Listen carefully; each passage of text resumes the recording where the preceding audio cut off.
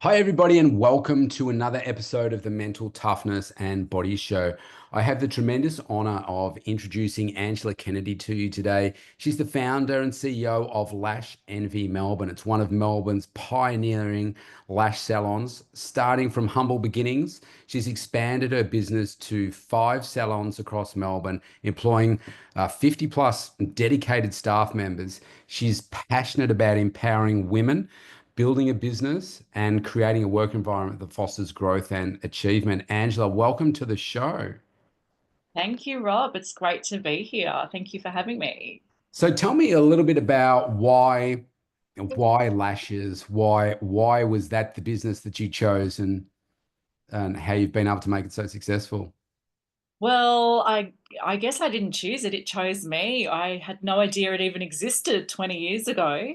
I was living in Ireland and the GFC had hit and I couldn't find a job. And I was Googling and saw this eyelash extension course and thought that could be something that I could get my little fingers into and something that I could do around starting a family one day.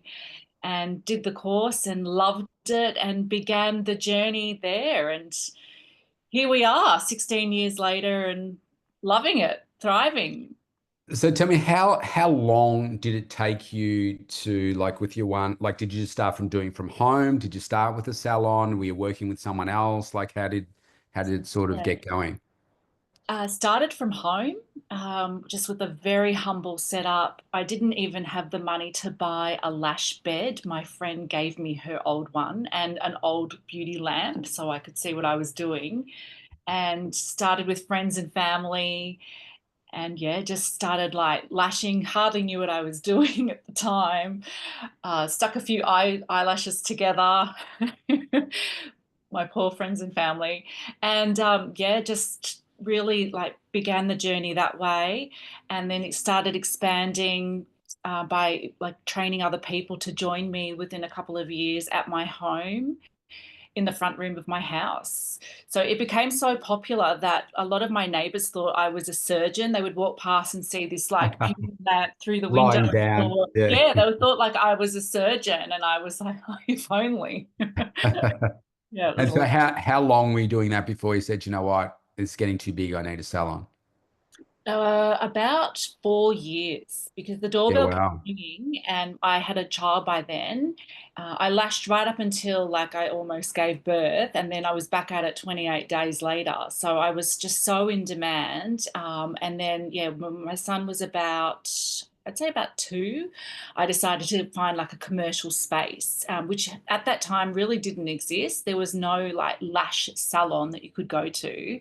Right. So I was really like, unsure how to sort of, put something together. Would I go sort of like, a proper shop, or would I just find like a studio space?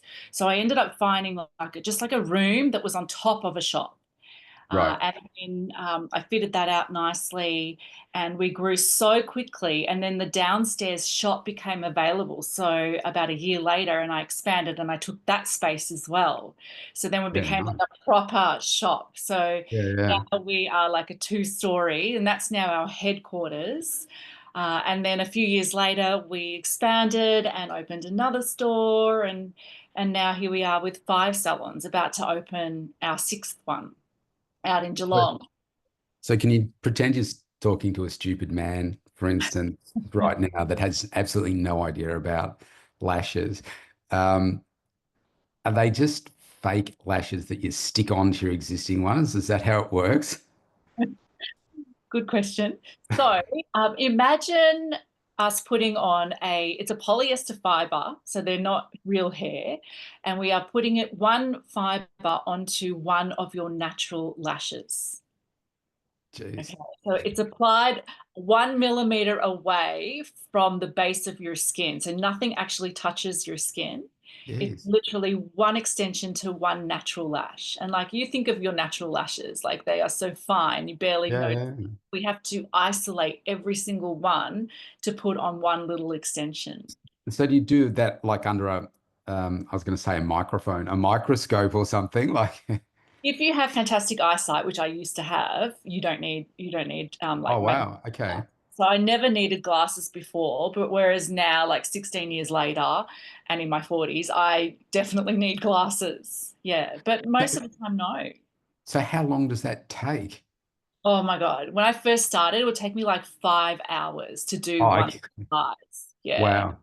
I know. But now And I can now, snatch it out in an hour. oh wow, both eye for both eyes. Yeah. Yeah. And put on Wow. And like do you do the? I 200. know I'm sounding really naive there, but pretend there's some men listening. Do you do the bottoms as well, or do you just do the tops? Or That's a whole different set of extensions. But yes, I can do the bottoms. But okay, you've got to imagine, like, I still need your eyes closed. So I will need to, like, it's a totally different technique, but it can be done. Yeah. wow. And the like, how long does it take to train someone to do that? So what I've learnt over the time is that most people are terrible at applying Yeah, that extension. would be me. Yeah, I have horrible eyes, so Like, yeah, if you have terrible eyesight and you have not steady hands, like forget it.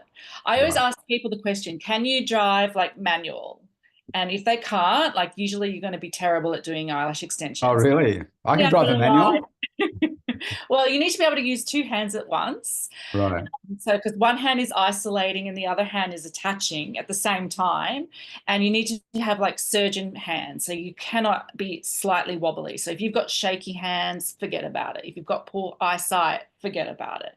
It's Yeah, like, and you have to have such attention to detail. So if you are a yeah, of course. perfectionist, then fantastic, this is for you.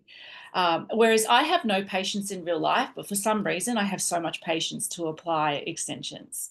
So, Yeah, nice. yeah, it just takes hours to master, and most people are terrible. They just don't have the patience to nail it. So they'll stick lashes together. They won't be able to isolate because they just don't have the resilience to get through it. It takes a And long time to get good at it.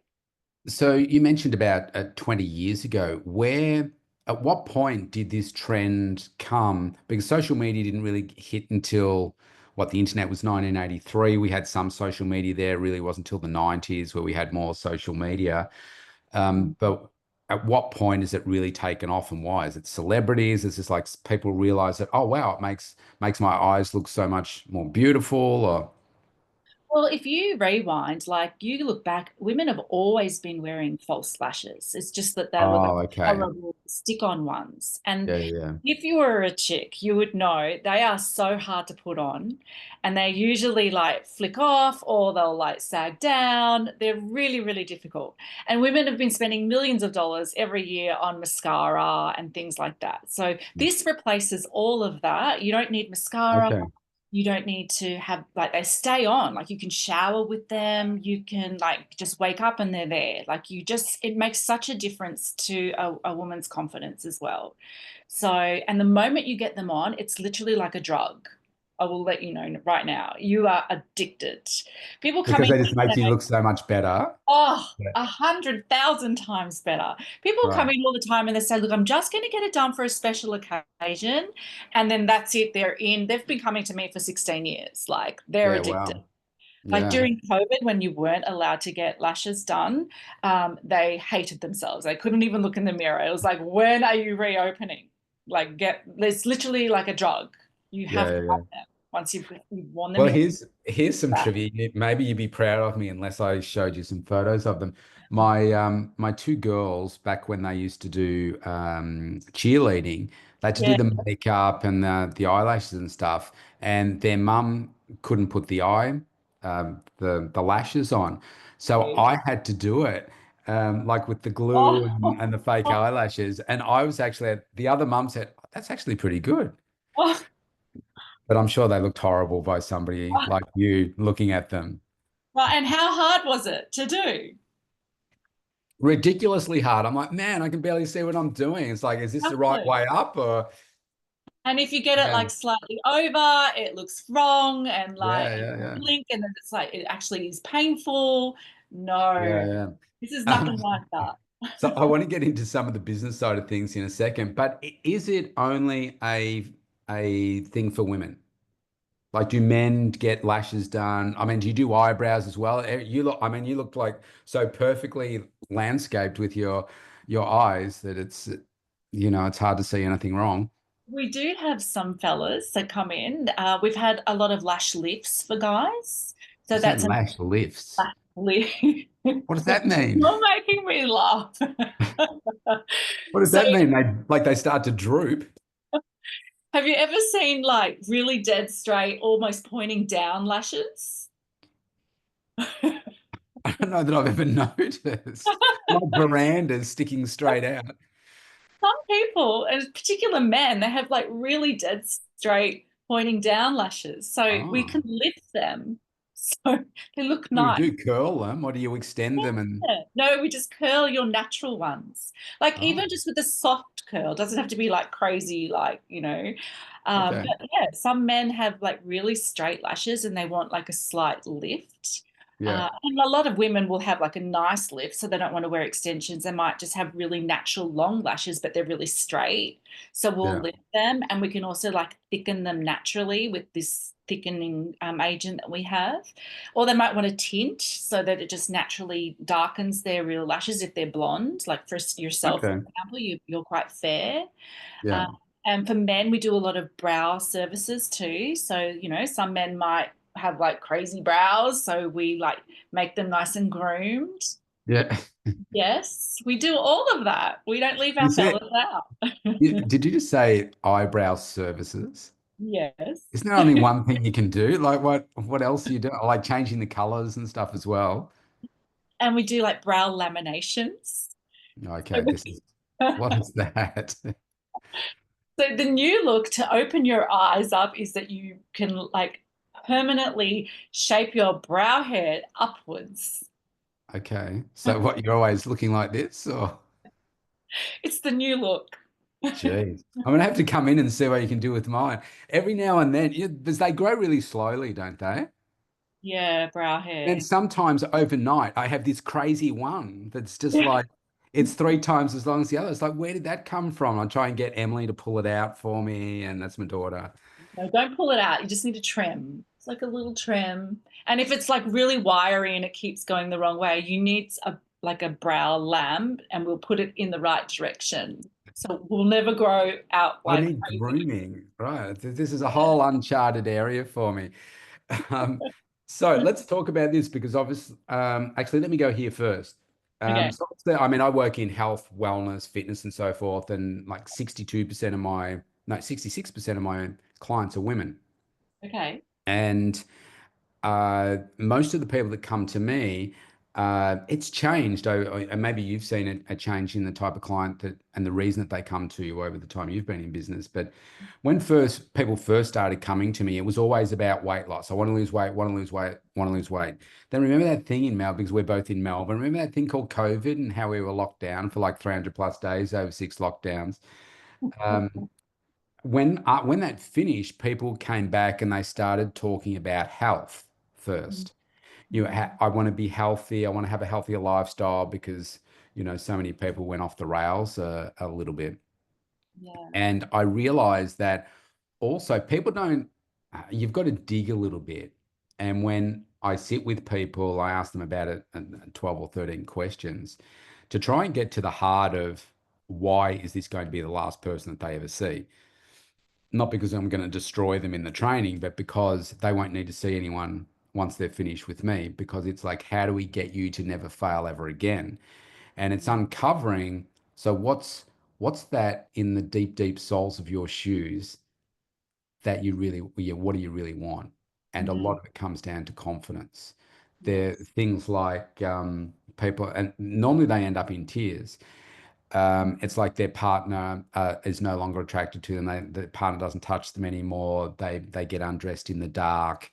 They call themselves a fat, ugly bitch.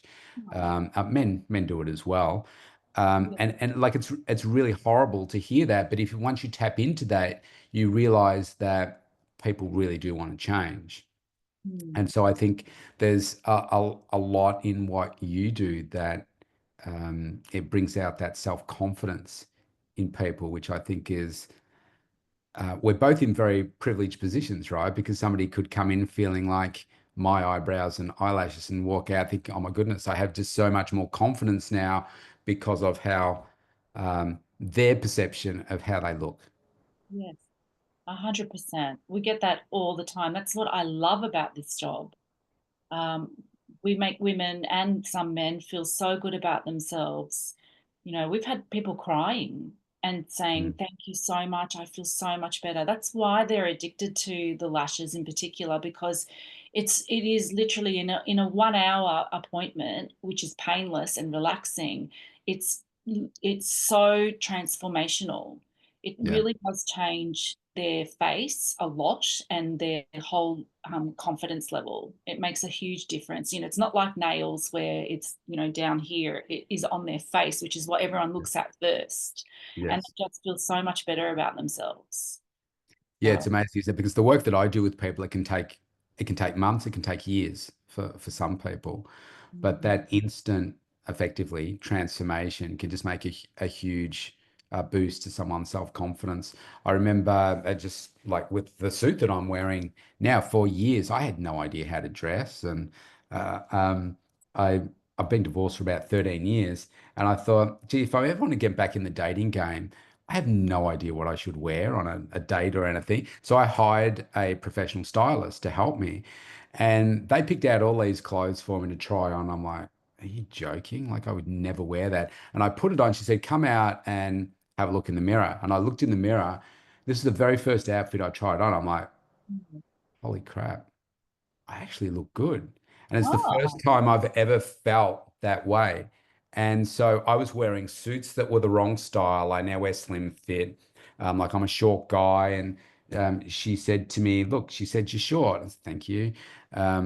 So we need to make sure that we wear, like slim fit shirts underneath. I was wearing like the wrong size, just straight up and down. Slim fit shirts, that almost came out wrong. Slim fit pants because you are short, it elongates your legs. She says you've got good legs, good upper body, and we need to get pointy shoes because it makes you look taller.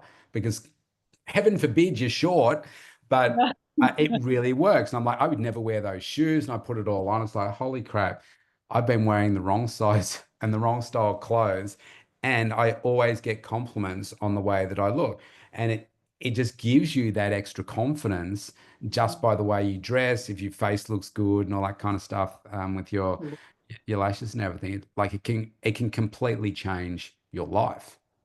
150%. I always believe that when you feel good, you do good. Mm, And it mm, just makes you like have that pep in your step. I feel that I can handle any problems that come my way just that little bit better. Yeah, like if I'm not dressed nicely or I don't feel good about myself, I just don't feel ready to face the day sometimes. It can even just yeah. go down to that.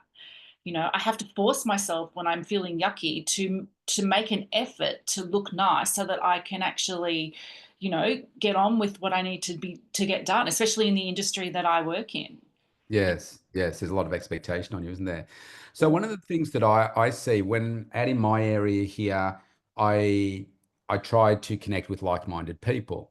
And obviously, as we've just spoken about here, similar in terms of what we're trying to do to change people's lives, give them more self-confidence and everything. So I've tried to connect with hairdressers, whether it be beauty, whether it be nails, whether it be, I don't think there's any specific lashes out here, but let's just say beauty, where they do say nails and lashes and all that in together, um, massage therapy, all that kind of stuff. And I have never in 15 years been able to come across somebody that understands the power of strategic relationships because they can't get their head out of what's going on apart from their bookings for the day and so forth.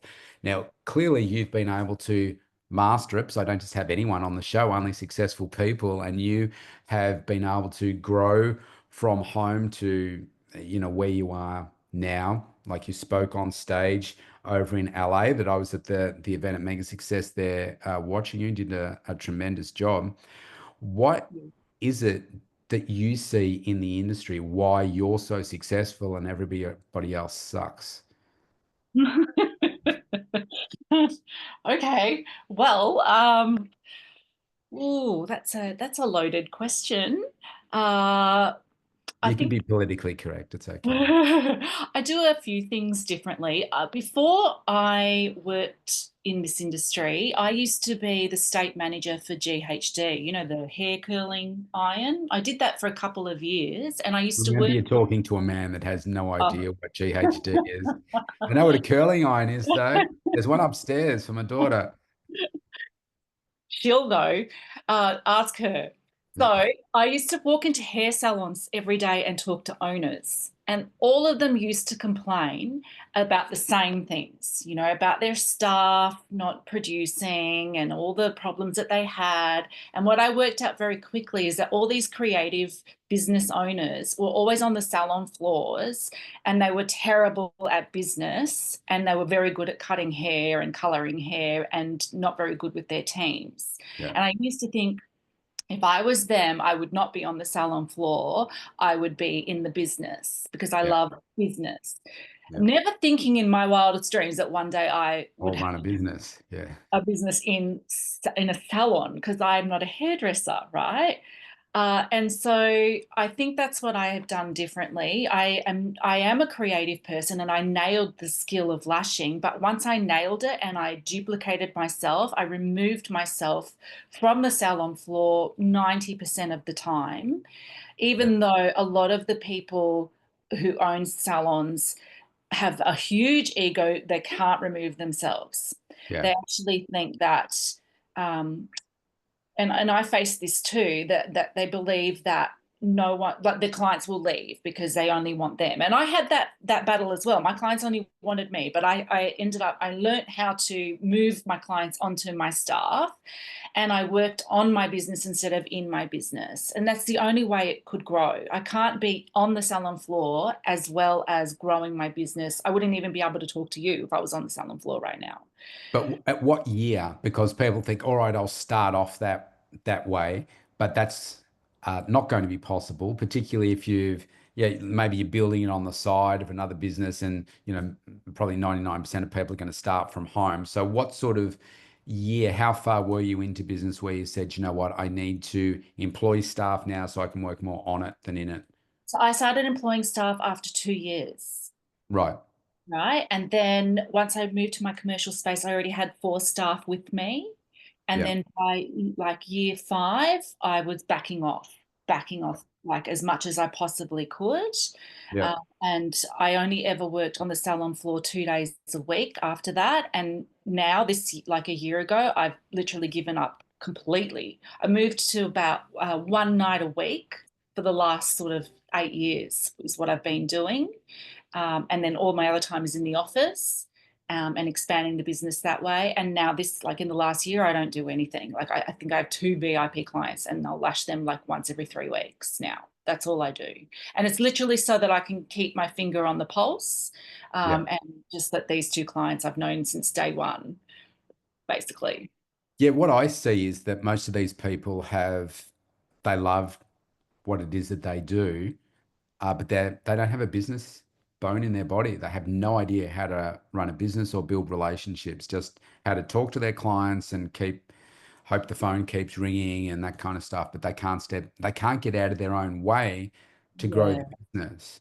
Yeah. And it's really quite sad because I know that they're probably under a lot of financial distress. They've normally put like all their super or whatever has gone into the business. And if they sold it right now, they're probably broke. Correct. Whereas I've never done anything in debt. I'm an amazing saver. I'm very good with numbers. I know exactly like all the numbers that we have, and I know what we need to turn over in order to make a profit. Like I take very calculated risks, and I am a huge visionary. So I've never ever played small. Whenever I do something, I'm all in, and we're going to go all the way, and I want everyone to come with me. And I know that the other point of difference that I have is that I'm very good with my team. So look, I never sit there thinking about how much money they make me. This is something that I've learnt when I've been training other people in businesses, that they sit there calculating how much that team member is worth to them. And I'll be honest with you, that is not something that I do. I Mm. don't look at my team members as in money terms. Um, it's not how I function. I feel like as a leader that if that is how you operate, people can see right through you. I'm a Mm, genuine person. I genuinely care about my team, and I believe that that is one of the reasons why they are staying with me after all these years. Why I can open a business with them, and at the beginning it was on a handshake. We didn't even have a contract. Like we just went into business together because they trust me. We've seen each other on good days, bad days, and everything in between. Like we trust each other. Like that's how we've built businesses together. Um, because I'm good with people. If I say something, I mean it, and they know that. Like I have never disappointed them. I am a person of my word, and I think as a leader that that is what you have to be. You cannot be any other way if you want to lead people and be responsible and grow them and show them what they can have through your business that you've created. yeah, So I'm absolutely. proud of that. Yeah, I love that. Well done. Are you more left brain then than right brain? Well, So I obviously thought I was you've got always a very right. creative side, but you said you're really good with numbers and everything. Well, I studied accounting, Oh, there you go. but hang on a sec. I quit because I spent So more did time I. in the pub when I was younger. So, I thought I hated numbers, but when I was a kid, but the reality is I actually really love numbers. They make Yeah. sense to me. So I always thought I was right brain, but I think I've taught myself to be very left brained. Yeah, it sounds like you're more inclined that way. Yeah, I just and I feel like I get overwhelmed with people, whereas numbers and things make more sense. So I will like, pull my. I think I'm in the middle somewhere, if that's a So let me thing. give I'm you a probably slightly. scenario. I'll give you a scenario, a little test. There's Yeah. a room of 300 people. You don't know any of them. Where do you go? Oh, I'll just go straight in the middle and talk to everyone. Oh, I'm fine. okay. Well, that's more of a right brain I thing. know. So the left brainer, like me, is going to the corner somewhere, finding maybe one person or two people to speak to, and I'm staying there all night. Yeah. That's me. Mm, Yeah. But it also depends on the mood I'm in. I can be quite like moody. right. Thanks for the heads up. We're doing well so far. Right. So there are days where I don't feel like talking to anyone. I want Yeah. to be left alone because I'm always giving, giving, giving. So if I'm in one of those moods, like I don't want to be in that room with a heap of people. I just want Stay in quiet. the car. Yeah. I want a lot of quiet. I need a lot of alone time. Yeah. Yeah. I want to get to that towards the end. I wanted to ask about obviously we have trends changing. I see, I don't know whether there's anyone locally here, but certainly in the beauty space, and I don't know how tightly it's regulated or not, but there are more and more people in, I don't know what you'd classify as beauty, but in terms of whether it's, like, I don't know, maybe you can help me out, like a beauty therapist. Is that somebody that does the nails, the lashes, and maybe facials and that kind of stuff, where they're also now starting to get into Botox and, those types of treatments? Is that something that you want to? Are you looking at what are other services that you can add? Is that a space that obviously there can be big dollars in that, but it may not agree with your values and beliefs and so forth. So what's your perspective on that? So I've always been told by even customers, why don't you do tanning? Why don't you add teeth whitening? Because there are a lot of lash Oh, salons really? that do that. All Why right. don't you add this? Why don't you add that? Then you could have, more money, more services, more this. More services doesn't necessarily mean more revenue. Mm, What happens is that you end up becoming another beauty salon. You end up mm, becoming very general, very like not specific. And I've noticed that in this industry, people, especially in Melbourne, we want specialists. And when they come and get their lashes done, like women in particular, they want to come and see a lash specialist. So right. we don't offer, you know, skin Other treatment. services. Yeah, yeah, No, the only service that I introduced like 5 years after doing lashes was brows because I thought that that would be a treatment that is like a marriage to lashes, like lashes and brows. But that is the yeah, only treatment that we introduce and it works beautifully. But we are lash and brow specific simply because we are lash and brow specialists. Just like yeah, if you were seeing, a dentist, he is a dentist or she is a yeah, yeah. dentist. He's not going to do a knee replacement at the same time, or like It's a they do Botox now, though, dentists. Is that right? Yeah, yeah. So I not for cosmetic reasons, it's just the side effect of it. So I had tightness through the top here, and I always hated my teeth. And my dentist is was a client of mine, and she said to me, um, we can fix your tooth and whatever, which I chipped years ago. She said, it's bigger than the other one. I said, what do you mean? And then for years I couldn't take my mind off it. So Yeah. this one was capped, and then I had Invisalign as Oh, well to straighten the teeth, which was amazing how much it changed. yeah. And then I started to get, because she thought I was grinding, and she said what they can do is they put Botox here, but because they do it here, they also have to do it up here, um, just to balance things out or whatever. So, Okay. which I didn't end up having. As you can see, I've got lines Uh, because the pain disappeared. But yeah, so obviously dentists are using it as ways to reduce what's going on here. But of course, that can then change the shape of your face as well because it kills off the of muscle. course, the And so, masseter and yeah, it makes your face like slimmer. I've heard of that treatment. Yeah. yeah, Girls love that because they actually pay a lot of money for that treatment. They want their jaws to be like slimmer and not so squarish. yeah, That's right. it. So I Yes. wanted to talk on what you touched on before there about like maybe your own health and wellness routine, if you like. I mean, it's really stressful running a business, and when you've got like 50 staff and 5 salons, there's a lot of stuff that can keep you awake at night. So maybe actually let's start there. What keeps you awake at night? I actually sleep like this. Oh, it does keep me awake at night. Now, I will mention I do have 4 co-owners. So I Okay. have opened those other salons. Share the load. Yeah, with wonderful women that I introduced into the beginning salon, the first salon, and I met them through employing them and training them, and then Yep. expanded the business with them. So I offered the opportunity to those ladies. So they definitely are a humongous like support and help. So they, take on a lot of the burden with the staff in those salons. Um, but yeah, it can be very stressful at times. Most of the time when I get to work, I am like, I just feel like the local fire authority, just putting out all the fires. Yeah. That can be quite stressful. But, I feel like I come up with these amazing ideas all the time of how to solve problems. But I've also taught my team that when you come to me with a problem, make sure you also come to me with the solution. Yep. Don't just dump the problem on me. I want you to think about what the solution is as well. What would you do if I you or me?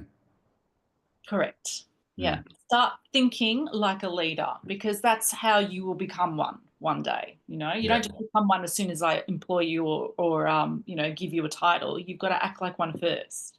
Yeah, that's So right. yeah, they do. They're very good at that.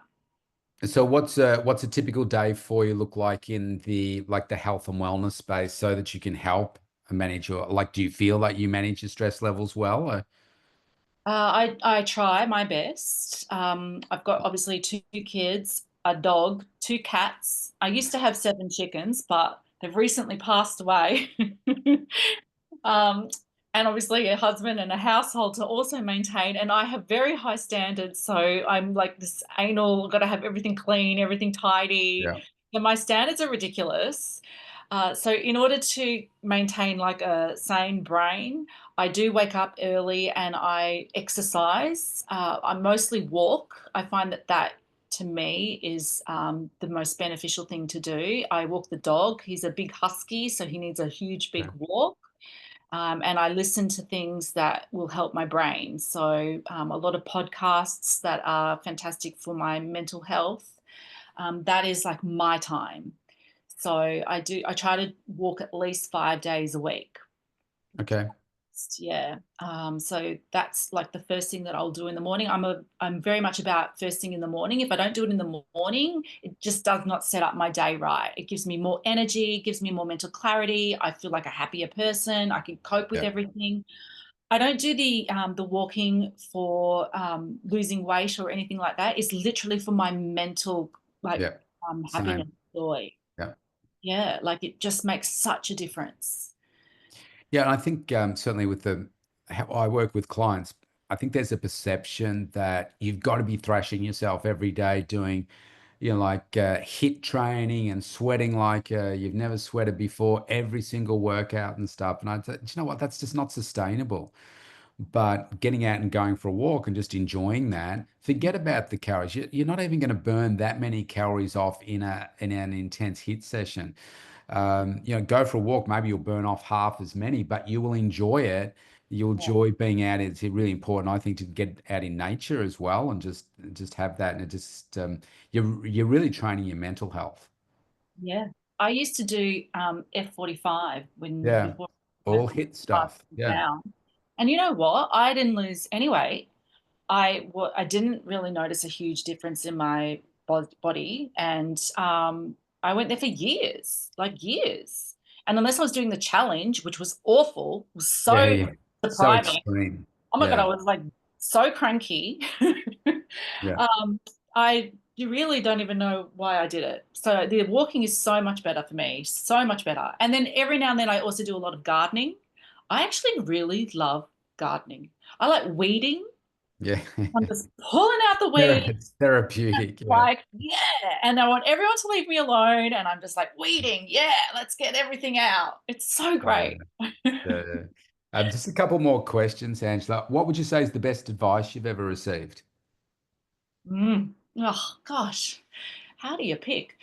Okay, so I was actually telling my daughter this on our walk yesterday. I said to her, she wants to quit Irish dancing Okay. and because she's terrified of the competitions. And I Uh, said to her, listen, I said, I understand that you're terrified, but the reason why I think that you shouldn't quit, and it'll be your choice in the end, is because A, you are naturally talented, and she really is, but B, because the competitions are scaring you, and that's why you shouldn't quit. Because I want you to get I want you to get comfortable with being uncomfortable. Until then, like don't give it up because you know, that's where the growth is. Like that's where you're going to grow. And I always believe that, you never quit something until you're in a good place with it. yeah, yeah, Never quit while you feel bad about something or if you're in a bad place with your job. Like quit when you're on a winning streak, not when you're on a losing streak. Then you're like actually doing it for the right reasons. So that's yeah. what I was Brilliant. trying to tell her yesterday. How old's she? 10. Well, here's a story for you.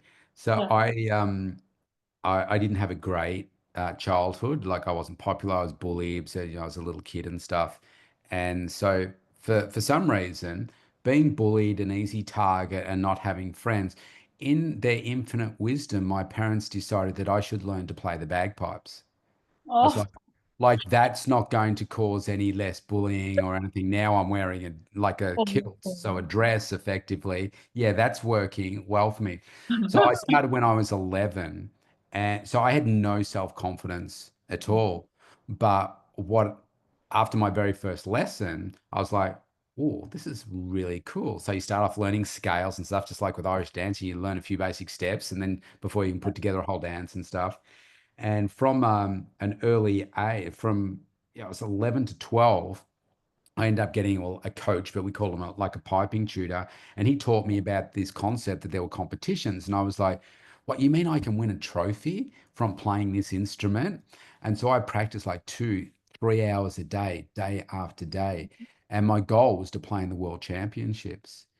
And I became one of the best in Australia. I won everything at different times, not all the time, but I'd won at every level of cup as you go through the different grades. And I yeah. played in the World Championships in 1990. as part of the Victoria Police Pipe Band. We came 14th out of 28 bands. We should have been in the top 10, but it's a bit political as well. Oh, Um, and we won the Australian Championships that year. To put it into context, this is how good we were compared to everybody else in Australia. At the World Championships, a quarter of a point can separate first and second.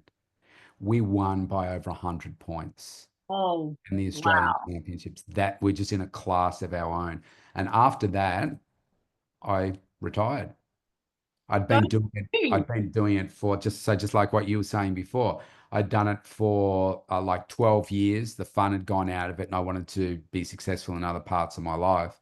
But you can tell your daughter, this little kid that had no self-confidence, was terrified. And I can remember my very first competition. I won my very first competition. Oh my God, I love that. Yeah, actually, I can show. Hang on. I love this story. This is the trophy. Hang on, because I've got the Zoom Yeah, background. yeah. This is Oh, look at that. Oh my that's God, my I little love trophy. it. 24th of October, 1981. And Oh, that's the wow. only trophy I've kept apart from my Australian Championship medal How awesome is that? because it And that's had exactly what I was telling her. That's what she needs to do, like it, what it you've done. yeah, it meant so much to me. That was the first, and do you know what? That we were talking about confidence before. That then gave me confidence. Wow, I'm actually good at something. Yeah. All it takes, right, is that one little thing Hmm. to help you. Yeah. So Oh, great advice, Mum. Great thank advice. you. Well done. So I'm going to give you the closing word in a second. If people want to come and see you and have their brows and Are you lash, going to come and see me, Rob? I will. I will now. You can check them out and say, "Oh, Rob, why did you wait so long?" There's a salon in Berwick. That's nice and close to you. We can tint them, we can lift them, but yeah, but I need you to inspect them, not Um, just anyone. How do people come and see it? Well, I suppose talk about your website maybe first, and because you yes, said your yes, walls. So I guess there's a couple of things here. One is people can come and see you and have the work done, or they can learn how to be a successful business owner because you do that as yes. well. So how can I've got people come and see a you? business mentorship class, but that one you've got to just go to Lash Envy Pro because we've also got a like online training academy as well as an in-person training academy if you're Melbourne based. That's lashenvypro.com. And also that's on Instagram. You can check that out. And then of course just lashenvymelbourne.com.au if you want to get a, lashes or brow appointment. We've got the 5 salons across Melbourne. We've got Berwick, Oakley, Hampton, Moonee Ponds, and Mount Eliza. Nice, You can nice. also contact me at angela@lashenvymelbourne.com.au. Fantastic. What I'll do is I'll put those links below in the description to this podcast so people can reach out. I guess Instagram is a good place for them to go and see your work as well. Is that just called Lash Envy or something like that? Melbourne. Yeah. Okay, easy. Or they can Well follow done. me as well at Angela Kennedy Official. They want to jump on my bandwagon and check me out. Fantastic, fantastic. I'm going to give you the closing word in a second, but Angela, it's been great. This is actually the first time that we've had a conversation, and I've really enjoyed it. I mean, I'm sure you're very proud of your success. It's an honor to have you on the show. It's great to see women leading the way and building your own empires and stuff. I think that's fantastic, and helping other women to do it as well. Congratulations on all your success. I enjoy watching it in the future. Actually, I'm going to ask you two more questions. So All I'll right. give you the closing word in a second. Where to from here for you? Like, is it to go Australia wide? Do you want to double the number of salons? Like, what is it for you? I definitely want to keep growing, offering the opportunity to more of my women and yeah, keep expanding. So yeah, would love to expand out further into Australia. Now that my kids are a bit older, I've got a 10-year-old and a Mm, 15-year-old now. I'd like to be able to expand further out of Victoria. I wouldn't have done it sooner just because the kids, the kids, yeah, mother yeah. guilt. Do you think I'm finding this for this year? I don't know. how much you followed me. I mean, I always bring this up in my podcast, but do you know about my daughter? What happened with my daughter, my Yeah. young Liv? Yeah. And so since that happened, I obviously life changes for many different reasons. And I think certainly when 2025 has swung around, I just feel I've reached that stage in my life. Like I'm 56, I've had a lot of success, way more than I thought that I would. And however you define that, I mean, financial success, wealth creation, as well as just other success and what I've been able to do through Liv's legacy as well. What's more and more important for me now is not so much to grow my own wealth and all that kind of stuff, even though that just happens in the background, but it's more to help other people and to help them be as successful or more successful than me. And that really drives me now. And I don't know whether it's an age thing that's tipped over and whether it's a more meaning with my daughter's legacy and what that's left behind. Mm, But is that part of you as well? 100%, Rob. Like, Hmm. I mean, how much money can you really spend in a lifetime that, I'm very frugal. Like I don't need a lot of stuff. Uh, that's right. Like, it's like, what are you going to do on the with it? weekend, we stayed in a very humble little beach house just to get away, and I realized we don't need like all this stuff. Like, Yeah. don't need all Mm. this big house and 5 bedrooms with 5 toilets, and Yeah, yeah. we Extra don't toilets need to all clean. that, right? Yeah, It's actually really nice to just have one TV and we all sat in there and watched one show together. you know yeah, so I'm okay with what we have, and we're comfortable. I'm really really happy with that, and I want everyone else to experience and have the joy that we have. And I know that through me offering salons and them being able to have that financial freedom and independence, that they can achieve this as well. That's really what I'm all about. And whether that is an age thing or, it's probably just because I feel so content that I want to share it. I've always had the big dream of that. Um, I've always been a dreamer like that. Like I'm quite yeah, nostalgic in that way and romantic and, you know, yeah, yeah. a Yeah, dream. no, look, no, I'm right on the same page. I mean, I think it's a beautiful thing if we can help others, like give them a leg up. I mean, that's what we want for our kids, right? How can it's not about giving them the money, because I think that's obviously that can be a bad thing. Yeah. It's how do you give them the knowledge to know that they can build this as well? But if like I started down here, if they can start here and you can help them go on to be more successful, then I mean, why can't we? And My then kids, yeah, the sorry to cut you off. other My people in kids your life. don't even know that we have investment properties. Like we don't tell them, but I don't Mm. want them to think that they're going to get them. Yeah, yeah. I want them to work hard. Yeah, Like, that's right. Well, they see what you do, and I'm sure that they will follow in your footsteps. So I'm going to give you the closing word now. So there's some people listening right now say that they're doing it may not necessarily be lashes, it may be, but they're sitting on the sidelines now, and maybe they want to do a bit of they're building something on the side, or they're thinking about doing something like that. What would your advice be to them? Because you would have been at that point somewhere. mm, save money and spend it on the things that matter the most. So, for example, this is how I've always built my business. So, I would shop at Aldi so that I can go on a nice holiday with the family. Yeah. Uh, don't create a business in debt. Take calculated risks. Don't like go crazy. Start humbly, and trust yourself, and just go for it. You know. Love it. Thank you, Angela. It's been great having you on the show. Thank you so much, Rob. Thanks for having me and thanks for inviting me.